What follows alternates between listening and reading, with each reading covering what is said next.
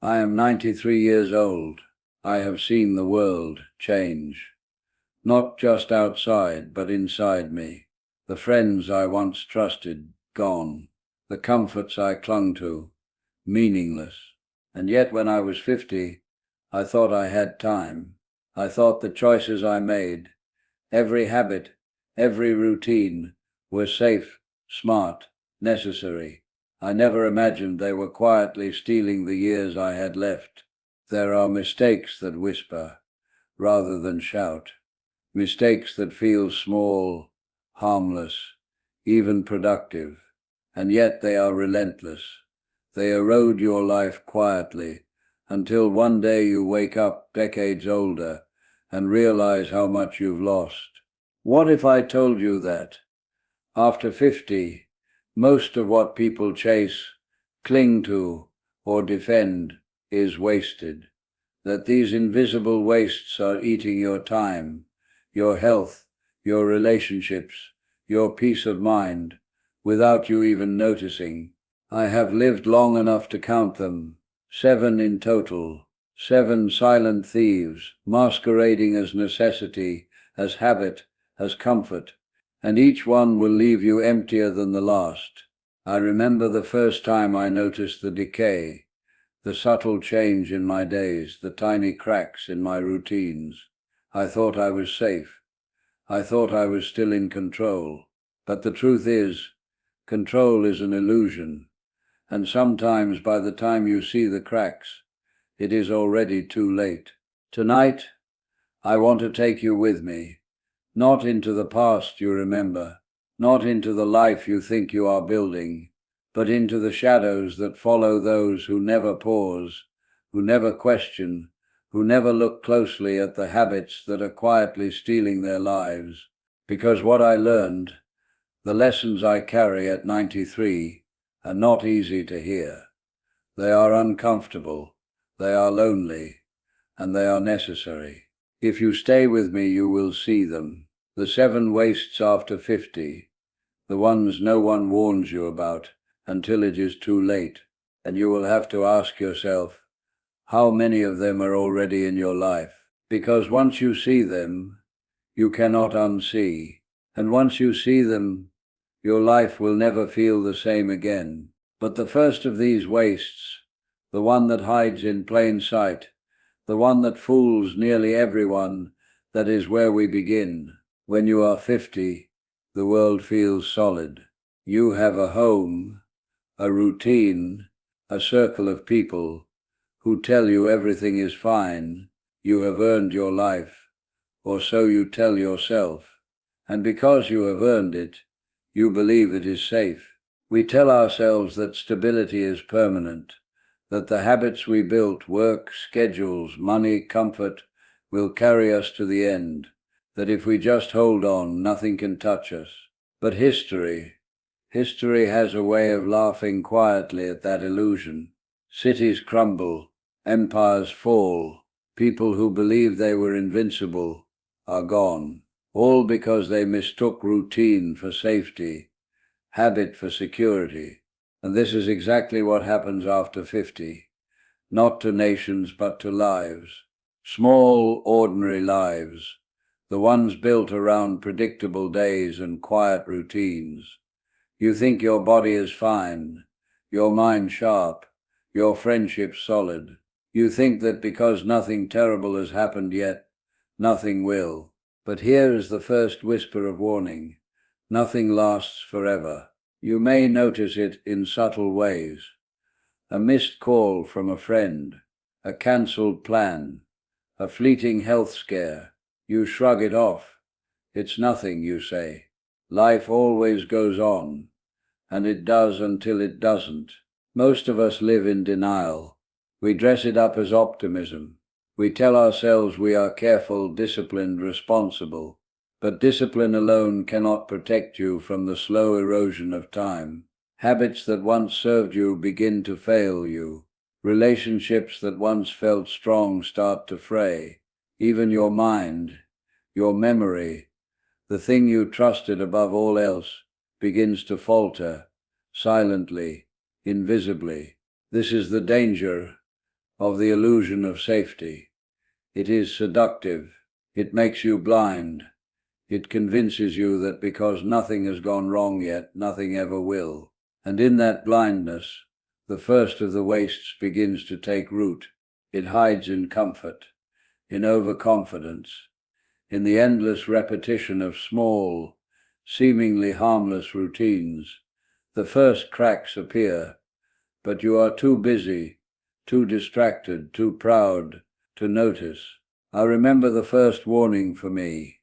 It was subtle, almost laughable at the time. A friend stopped calling as often. A health check revealed something minor. I ignored it. I laughed. I reassured myself. I am fine, I said. Everything is fine. But everything was not fine. Not even close. Because once the cracks appear, they do not wait. They grow, they spread. And those who mistake routine for safety, those who cling to comfort as a shield, they will not see it coming. The illusion of safety is the most dangerous waste of all. It convinces you that you are prepared, even as life quietly slips away. And by the time the first real crack appears, the choices you ignored, the warnings you dismissed, they begin to chain you. And that first crack, the one you will try to rationalize, to excuse, to forget, it is only the beginning, because after that, the real erosion begins. Cracks are subtle at first, almost invisible. You notice them in small, easily ignored ways. A friend who forgets your birthday, a routine that suddenly feels heavier, a fleeting ache in your body that you brush aside. You think it's nothing, just a moment. Tomorrow will be the same as today, but cracks are patient. They wait, they watch, they grow even as you pretend they do not exist. I remember the first one that mattered to me. It was an ordinary morning, nothing dramatic. I was reading the newspaper, coffee in hand, and I realized I was not remembering things the way I used to. Names blurred, dates shifted, details slipped through my mind like water through fingers. I laughed it off. I wasn't just tired, I said. Everyone forgets. But this was no ordinary forgetfulness. This was the first crack, the warning sign, the seed of a waste I had never considered. You see, most of us rationalize cracks. We invent explanations. It's stress. It's just aging. It happens to everyone. And in that rationalization, we let them grow unchecked. We ignore them because admitting the cracks exist, is frightening. It is an acknowledgement that the life we thought was secure is fragile. And yet, cracks do not ask for permission. They expand, slowly, invisibly, until the first time you reach for something familiar and realize it is no longer there. For some, the cracks appear in health, a joint that aches more than it should, blood pressure creeping higher, energy slipping unnoticed. You take a pill, you schedule a test, you convince yourself it's fine, but it is not fine. The cracks are moving, even as you delay, even as you hope. For others, the cracks appear in relationships. Friends drift, children become distant, conversations that once flowed naturally now feel strained, uncomfortable. You blame busy schedules, bad timing, miscommunication, anything but the truth. The truth is that neglect, over time, becomes distance, and for many the cracks appear in purpose. The work that once felt meaningful now feels hollow. The hobbies that once brought joy feel like chores. The life you built, slowly losing its color, while you keep pretending it is the same. These first cracks are not disasters. They are whispers, hints, subtle signs that your life, your routines, your habits are not as solid as you believed. But whispers are easy to ignore, and so we do. I did. I ignored them. I laughed at them. I reassured myself that I was still in control. But the cracks were not waiting for my permission. They were widening, taking hold, shaping my life in ways I could not yet see. And here is the cruelest part. The first cracks are never alarming. They do not scream. They do not demand attention. They are polite, almost invisible. Yet in their invisibility, they begin to dictate everything that comes next. I wish I could tell you that I recognized them, that I stopped them, that I turned my life around in time. But I did not, because once the first cracks form, the erosion begins. And the longer you ignore them, the harder it becomes to stop. The first cracks are just the beginning. And the next stage, the stage where denial and escalation collide, is when life begins to feel heavy, uncontrollable, and inevitable. It is there, in that dark intersection, that most people make the mistakes they will regret for decades. After the first cracks, life begins to feel heavier. You notice it in ways you cannot ignore. The aches grow sharper. The memories fade faster. The routines you once relied on begin to falter. And yet, you insist it is nothing. You tell yourself it is temporary. You double down on the habits that once made you feel safe, hoping they will protect you again. This is escalation and denial, the stage where the subtle whispers of loss become a constant hum in the background, where the small cracks you once dismissed now begin to threaten the walls you built around your life. I watched it happen in my friends. Some laughed off warning signs until it was too late. Some clung to routines, insisting everything was fine, while their health, their relationships, their joy quietly eroded, and they blamed anyone but themselves, time, the world, even those they loved, for the emptiness that grew around them. Denial is seductive. It offers comfort in the face of fear. It whispers, "It's not happening, it's not real. You are still in control." And for a while, it feels true. You convince yourself you can outrun the consequences. You tell yourself you can fix it tomorrow, next week, next year. But escalation does not wait. It grows louder. It spreads wider. And in its expansion, it touches every corner of your life. I remember watching my own life begin to unravel. It was not sudden. There were no explosions. Just small, persistent failures, missed opportunities, words left unsaid, time spent on the trivial instead of the important. I told myself I was being careful. I told myself I was wise. But wisdom cannot stop erosion, not when you are blind to it. Escalation is cruel because it disguises itself as normalcy. Your days continue, your routines persist. Your mind finds ways to rationalize, and yet the cracks are widening beneath your feet. Relationships fray, health deteriorates, joy becomes fleeting, and still you deny it. People around you may try to warn you. Friends, doctors, family, they see the change, but you interpret concern as exaggeration, criticism as annoyance, intervention as intrusion, and so denial grows stronger than reality. In those years after 50, I watched people choose denial over clarity, choosing comfort over truth, choosing habit over health, choosing familiarity over growth, and every choice, no matter how small, allowed the waste to deepen its hold. I felt it myself, that slow creeping realization that something was slipping away, but the pride, the stubbornness, the fear of admitting it, kept me locked in denial. The more I denied, the more the cracks dictated the pace of my life. The more I postponed facing them, the heavier my days became. And here is the harsh truth. Escalation and denial feed each other. One grows, the other strengthens, until the moment comes when the consequences are no longer subtle, no longer ignorable. By then, the choices you made, what you ignored, what you rationalized, what you postponed, begin to close the door on options you once had.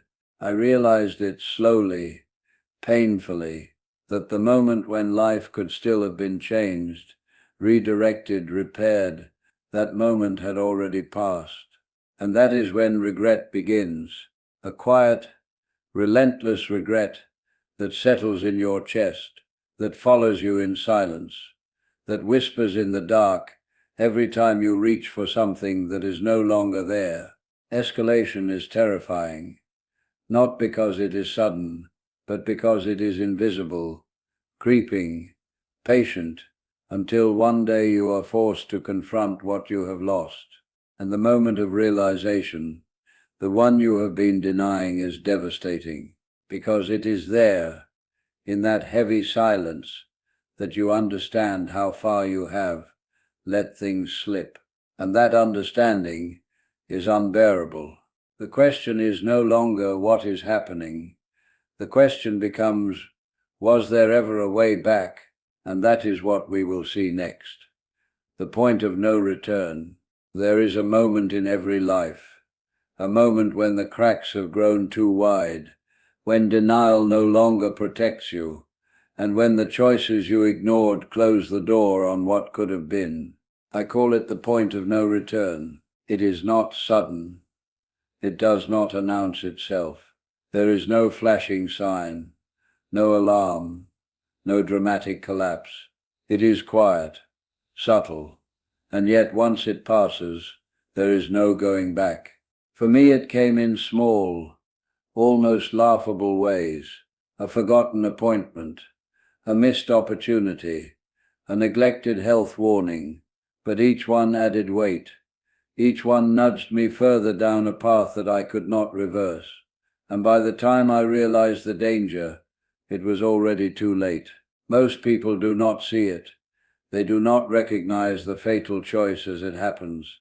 They do not notice the tiny decisions, the everyday compromises, the wasted hours, the postponed conversations, and yet all of it accumulates, like snow on a roof, silent, invisible, until one day it collapses.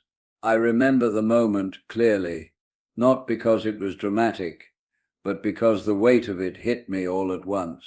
I understood what I had ignored for decades, the friendships I let drift, the health warnings I dismissed, the habits I clung to that were stealing my vitality, my time, my life. And I realized, if I had acted differently, if I had faced the first cracks, if I had acknowledged the warning signs, I could have changed everything. I could have slowed the erosion. I could have protected myself from the deepest wastes, but I did not. And that is the cruelest part. The point of no return is not about fate. It is about choices, your choices, my choices. Every day, every habit, every ignored whisper leads us there, and the door shuts slowly, without drama, without warning, until one day the life you could have had no longer exists. At the point of no return, regret is not loud. It does not scream. It is quiet, relentless, a shadow that follows you everywhere, a constant reminder that time is finite, that opportunities are fleeting, that every wasted day is gone forever. I watched others reach this point too.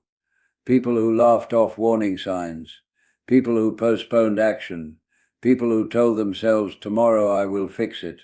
Tomorrow never came, and when the point of no return passed, so did the chance to reclaim what was lost. This is the moment most fear to admit. Not death, not failure, but the realization that life could have been better, and that it is too late to change it. And yet, there is a final lesson here, even at 93, even after the point of no return, because the next stage is not about choice. It is about consequence. And the consequences, they are slow, they are silent, and they are absolute. What happens after the point of no return is what I will show you next. After the point of no return, life changes, slowly, relentlessly. It is not a dramatic crash. There are no explosions, no sudden alarms, just a quiet unraveling. One day blends into the next. And yet, everything feels heavier, harder, louder in its emptiness. I watched it in myself, and I watched it in others. The routines that once brought comfort now felt like chains. The people who once filled rooms with laughter now existed as shadows in photographs. The energy, the spark, the vitality we took for granted slipped away silently, leaving a quiet void. The collapse is not instant. It creeps in through the cracks you ignored, through the conversations you postponed, through the health warnings you dismissed, through the joys you traded for comfort or convenience. You feel it first as confusion, a sense that life is not quite right, that the days are heavier, that the body betrays you, the mind betrays you, and even the people you trusted drift away. You try to hold on, but the weight is too much. Fear comes next, not the kind of fear that makes you scream, but the quiet, gnawing fear that every choice you make now is too late, that every action feels insufficient, belated, hollow. You begin to see the cost of every wasted year, every ignored whisper, every moment spent on the trivial instead of what mattered most. And finally, silence, not the comforting kind, not the peaceful kind, but a silence heavy with emptiness. The rooms you once filled with laughter now echo. The calendar is full of blank pages. The people you once counted on are gone, or distant or too tired to notice. And in that silence, the weight of all the wasted years presses down. I remember sitting alone one evening, listening to the quiet and feeling the consequences of everything I had ignored, the friendships I had let drift, the health I had neglected, the habits I had defended as necessary, but were stealing my time and energy. It is a slow, patient collapse. You can see it coming if you pay attention, but most do not. Most continue thinking tomorrow will be different, thinking the cracks will mend themselves, but they do not. Every wasted habit, every ignored warning, every postponed choice builds the weight of this emptiness. And in that emptiness, you begin to understand the real cost. Not money, not status, not accolades, but time. Time that cannot be returned. Time stolen by habits and distractions, by denial and comfort, by mistakes you could have corrected but did not. The collapse is not dramatic. It is slow. It is patient. It is absolute. And it leaves behind a hollow version of what life could have been. And after the collapse, after the consequences settle in, what remains is quiet reflection, painful, haunting reflection. And it is in that reflection that the truth hits the hardest. You cannot go back. You can only look at what is left. And that is what comes next. The aftermath, the realization of what truly matters before it is gone forever. After the collapse, after the consequences settle, what remains is stillness, a quiet, hollow space where life used to be loud, full, vibrant. You look around and see what is left, and often it is not much. I remember the first time I truly sat with it, alone, in a dimly lit room, surrounded by the ghosts of decisions I had ignored, habits I had defended, time I had wasted. It was like looking into a mirror and not recognizing the person staring back. The aftermath is heavy because it is not punishment. It is reflection. The world has not changed. You have, and the weight of that change is profound. Every wasted habit, every postponed conversation, every illusion of safety, all laid bare. I began to understand, slowly, painfully, that the 7 wastes after 50 are not just mistakes, they are choices, daily, seemingly small, almost invisible choices that shape the arc of your life, choices that once ignored grow until they are impossible to reverse. And so you sit, and you reflect, and you ask yourself the questions you avoided for decades. Why did I spend so much time on the trivial? Why did I ignore the warning signs? Why did I trust comfort over clarity, habit over growth, routine over life? The answers are not easy.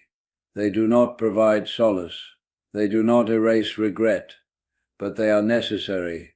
They are the only way to understand what has happened, and if you are willing to change the remainder of your days. I look back now at 93, and I see the pattern clearly. The 7 wastes. They are everywhere, hidden in the routines we defend, hidden in the habits we justify, hidden in the illusions of safety we cling to. And if you are not careful, they will be in your life too. But reflection alone is not enough. Understanding the aftermath is only valuable if it shapes what comes next, because even in the emptiness, even after the collapse, there is still time to act, not to undo the past, but to make the remainder of your life meaningful. I learned, late as it was, that awareness is a kind of salvation, that facing the truth, even when it is uncomfortable, even when it is painful, is the only way to reclaim what little time remains. And that brings us to the final lesson, the one you must hear if you are to avoid what I could not, the warning you cannot ignore, because after reflection comes choice, and that choice can determine whether the final years of your life are empty or truly yours. What I will tell you next may be the most important thing you ever hear. Now, after 93 years, I can tell you this: life is far shorter than we ever believe. The wastes after 50 are real. They are silent. They are patient. They hide in comfort, in denial, in routine, in overconfidence, in fear, in postponed decisions, in the things we refuse to face. And if you ignore them, they will take more than you can ever reclaim. You may think, I still have time, but the truth is, time is already slipping. Every habit you defend as harmless, every routine you cling to as necessary, every illusion of safety is quietly stealing your life. I have seen it in myself. I have felt it in my regrets, and I have watched it destroy the lives of those I loved. People who never paused, people who never questioned, people who trusted comfort over clarity and routine over meaning. This is my warning to you. Do not let it happen. Do not wait. Do not rationalize. Do not hide in the illusion of safety, thinking that tomorrow will fix what you ignore today. You must look closely at your habits, your choices, your life. Identify the cracks before they spread. Face the warnings before they become irreversible. Protect the things that truly matter: your health, your relationships, your mind, your time. Because once the point of no return passes, once the collapse begins, the consequences are slow, silent, and absolute. You will not hear alarms. You will not see dramatic flashes. You will only feel the weight of what you let slip away. And it is then, in that heavy silence, that you understand regret is not punishment. It is awareness. It is truth. And truth cannot be unlearned. So I speak to you now, not